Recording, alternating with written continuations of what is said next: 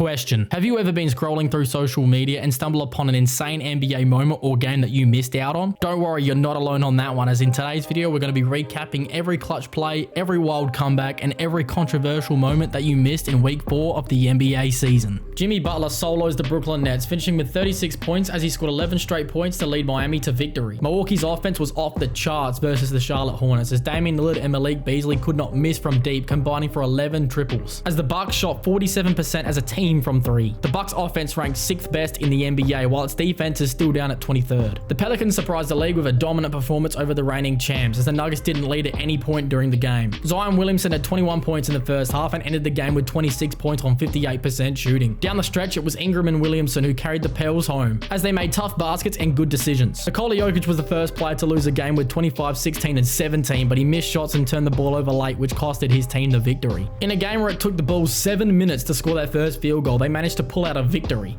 At the 5-minute mark of the first quarter, the Miami Heat led the Chicago Bulls 22-1. But at the 6-minute mark of the second quarter, Chicago were already right back in the game, only down 7 points. Down the stretch, Alex Caruso hit a clutch 3-pointer as the Bulls pulled off an unbelievable comeback in the young season. It was scary hours in Milwaukee as the Dallas Mavericks came to town. With 2 top 3 NBA duos fully healthy for a Saturday night showdown, there was hype for this clash. Fans couldn't have asked any more out of the game, as Luka and Kyrie combined for 74 points, while Dame and Giannis had 67 points. Giannis played arguably his best game of the season, ending with 40, 15, and 7, shooting a crazy efficient 69% from the field. Damian Lillard managed to put up 27 points and 12 assists, as the Bucks offense was off the charts, as they have appeared to hit their stride. Kyrie and Luka couldn't miss all game, both shooting over 55% from the floor, while Grant Williams and Tim Hardaway Jr. gave them 14 points and 17 points respectively. One of the best games of the season, as the OKC Thunder upset the Golden State Warriors, led by a combined 98 points from Shai, Chet, and J-Dub. Shai had a 40-point night, while a 36-point explosion by Chet Holmgren, who also happened to hit a buzzer beater that sent the game to overtime, led OKC to a 130-123 victory. Shai was a walking bucket during the overtime, scoring 10 points in the period, while he was also able to pick up the biggest stop of the night, blocking a Steph Curry jump shot to seal the deal. Stephen Curry made his return after missing games due to a knee injury and did his very best to lead the Warriors to victory, as he put up 25, 7, and 3. However, in 34 minutes of play, Wiggins never even managed to grab 1 rebound, which for a team looking to compete for a championship is absolutely not good enough from the starting power forward. The Suns take on the Jazz for the second straight game, and it was another thriller. The Suns were not able to buy a rebound late, and it costed them twice. The late putback from Colin Sexton forced the game into double overtime. The longevity of the current era of stars needs to be studied, as Kevin Durant erupted for 39, 8, and 10, shooting 51% from the field. At the end of double overtime, the Jazz found themselves down 3 points with only 0.9 seconds remaining. Utah inbounds the ball to Lauri Markkanen, who takes a corner 3 and was fouled. Kevin Durant was instantly furious at the call as he demanded the referees to take a review. In real time, it was hard to tell, but after one of the longest reviews I have ever seen, the referees decided to overturn the call as Kevin Durant had clearly blocked it. As after an incredibly long game, including 2 overtimes, the Phoenix Suns picked up a 140-137 win to improve to 7-6. Late in the Celtics-Grizzlies matchup in Memphis, the game had appeared to be sealed, as Drew Holiday just needed to be fouled to seal the deal. However, he went up to throw a dunk down and missed, turning the ball over as the Grizzlies found Santi Aldama in transition, who had 28, 12, and 6 in the game. But luckily for Boston, he missed a wide open 3 as the Celtics won 102-100. Desmond Bane is quietly averaging 25 points a night, and in the game he ended with 30 points, 8 assists, and 7 3-point makes. For the Celtics though, it was Kristaps Porzingis who finished the game with 26 points, 8 rebounds, and a whopping 6 blocks. The Oklahoma City Thunder were the first team in more than 25 seasons to shoot better than 60% from the field and from the 3-point range, while not missing a free throw during a game. In a game versus the Portland Trail Blazers, the OKC Thunder starters didn't even reach 25 minutes as they won 134-91. According to the Thunder general manager Sam Presti, his team has entered win now mode. At the time of recording this video, the OKC Thunder are tied for the first seed in the Western Conference, as they had the same record as the Milwaukee Bucks. A big reason for the success is how good Chet Holmgren has been in his rookie season. On draft night, Chet Holmgren said he could be a 50-40-90 player, and so far he has stood on business as he's shooting a remarkable 56% from the field, 46% from 3, and 91% on free throws. So far, the Rookie of the Year has to go to Holmgren due to his consistent and efficient scoring. The Charlotte Hornets pulled off one of the greatest upsets upsets this season as they took down the powerhouse Boston Celtics in an overtime thriller. LaMelo Ball put up 36, 9, and 8 on 55% shooting. While for Boston, Jason Tatum had a monster 45-point game with 13 rebounds, shooting 53% from the field. However, with only seconds remaining and his team down by 3, Jason Tatum was fouled on a 3-point shot. Tatum was able to knock down 1 and 2, but he clanked the third as the Hornets would go on to win 121-118. Giannis is on an all-time great stretch right now, as against the Washington Wizards, he put up 42, 13, and 8, shooting a ridiculous 87% from the field. This ridiculous performance from Giannis is not only impressive, but it also made history, as he's now the only player with multiple 40, 10, and 5 games on more than 85% in the last 40 seasons. The Bucks defense has also been much improved over the last week, as they have the 6th best defense in basketball over that stretch. This game also made Giannis the first player to have 30 points or more in the paint in back-to-back games since 2002 Shaquille O'Neal. Damian Lillard has appeared to hit his stride as the chemistry of Giannis continues to improve every single night. In a game when Nikola Jokic was ejected, the Denver Nuggets managed to hang on against the young Detroit Pistons. Against his former ball club, Reggie Jackson put up 21, 3, and 6, shooting 60% from the field, while KCP had 20 points of his own. For the Pistons, Cade Cunningham has looked really solid this season, as he had 27 points and 9 assists in the game. Trade discussions surrounding Bull star Zach LaVine going to the Los Angeles Lakers have continued, and on November 20th, the Chicago Bulls made a blockbuster offer. In the trade, Chicago would have sent Zach LaVine, DeMar DeRozan, and Alex Caruso to the Lakers. In return, the Lakers would have sent back D'Angelo Russell, Austin Reeves, Cam Reddish, Rui Hachimura, Jared Vanderbilt, Christian Wood, and Jackson Hayes. For me, if I'm the Lakers though, I wouldn't be interested in bringing in DeMar DeRozan, as I'd be a little bit concerned about the spacing with LeBron and AD on the floor as well. Another reason not to be interested in DeRozan is the monstrous contract, as if you didn't include DeMar DeRozan in the trade, you'd be able to keep a lot more of those players. However, if I was the Lakers, I'd be very interested in bringing back Alex Caruso, as so far this season, his defense has been absolutely elite for the Chicago Bulls. And obviously, a huge part of this trade is Zach LaVine, as his shooting and scoring would give the Lakers a huge boost offensively, something they really need. The Indiana Pacers were in town, however, for the first half, it was all Atlanta as they put up 86 points on the Pacers. Led by Trae Young, he ended the game with 38 points with 8 assists, shooting an insanely efficient 76%. However, coming out of the half, the Pacers looked energized as they put up 46 points in the third quarter, as it was Indiana who led by 13 at the 10-minute mark of the fourth. This insane third quarter was led by Pacers guard Tyrese Halliburton, who ended with a monstrous 37 points, 16 assists, shooting 61% from the field. In the fourth quarter, it was tightly contested as both teams scored 38 points. However, due to the monstrous third quarter that had preceded, the Pacers pulled away with a 157-152 victory over Atlanta in the NBA's most ridiculous game this season. On one of the biggest days of the NBA calendar, it's the Milwaukee Bucks and the Boston Celtics. The two best teams in the Eastern Conference would do battle, but it was ugly early. Boston outscored Milwaukee 17-29 in the first quarter, including a 10-0 run to start the ball game. However, in the final 3 quarters of the game, the Bucks actually outscored the Celtics, and even had a chance late in the game, led by Damian Lillard, who had a clutch step back 3 over Jaylen Brown as he ended the game with 27, 5, and 5, shooting 45% from the field. However, the same man, Damian Lillard, was the one who put the Bucks out of the game as he missed a wide open dunk. Although the Bucks never led in the ball game and did lose by 3 points, they still did very well to get back into the game. The best player on the floor for the Bucks wasn't Giannis and it wasn't Dame, it was actually Brook Lopez. He ended the game with 28 points, 7 rebounds, and a block, shooting 66% from the field, as he could virtually get whatever he wanted against Kristaps Porzingis. For the Celtics though, they shot the lights out of the 3-ball, as by halftime 7 Celtic players had all connected on a triple. Tatum, Brown, and Porzingis combined for 70 points, while Boston had 7 different players to score at least 10 points. The Celtics shot an outstanding 40% from 3 as a unit and 50% from the field overall. Another high-scoring game in Atlanta as the Brooklyn Nets and the Hawks would battle in a wild overtime game. The battle was between the stars as Mikal Bridges had 45 points, 10 rebounds, and 2 steals, shooting 51%, while Trae Young led his Hawks to a 147-145 nail-biter, as Trae Young would end the game with 43 points and 9 assists. Down the stretch, Mikal Bridges had 2 opportunities to take the lead, but a clutch rejection by Okongwu and a missed mid-range jumper saw Brooklyn go home empty-handed. In the Golden State Phoenix Suns game, tensions blew over as Chris Paul was ejected with only 24 seconds to go before halftime. The incident started when Paul was called for a foul on his former teammate Kevin Durant at the top of the key. Paul made a beeline to Foster and started sharing his thoughts. The two engaged in a lengthy discussion, and at first it seemed to be good-natured, but it quickly became animated. Just before Durant shot his second 3-throw, Foster finally gave Paul a first technical foul. That only enraged Paul as he continued barking at Foster, and was then very quickly handed a second technical foul and an automatic ejection. The Warriors head coach Steve Kerr got involved, and at that point he earned a technical foul of his own. We had a situation some years ago,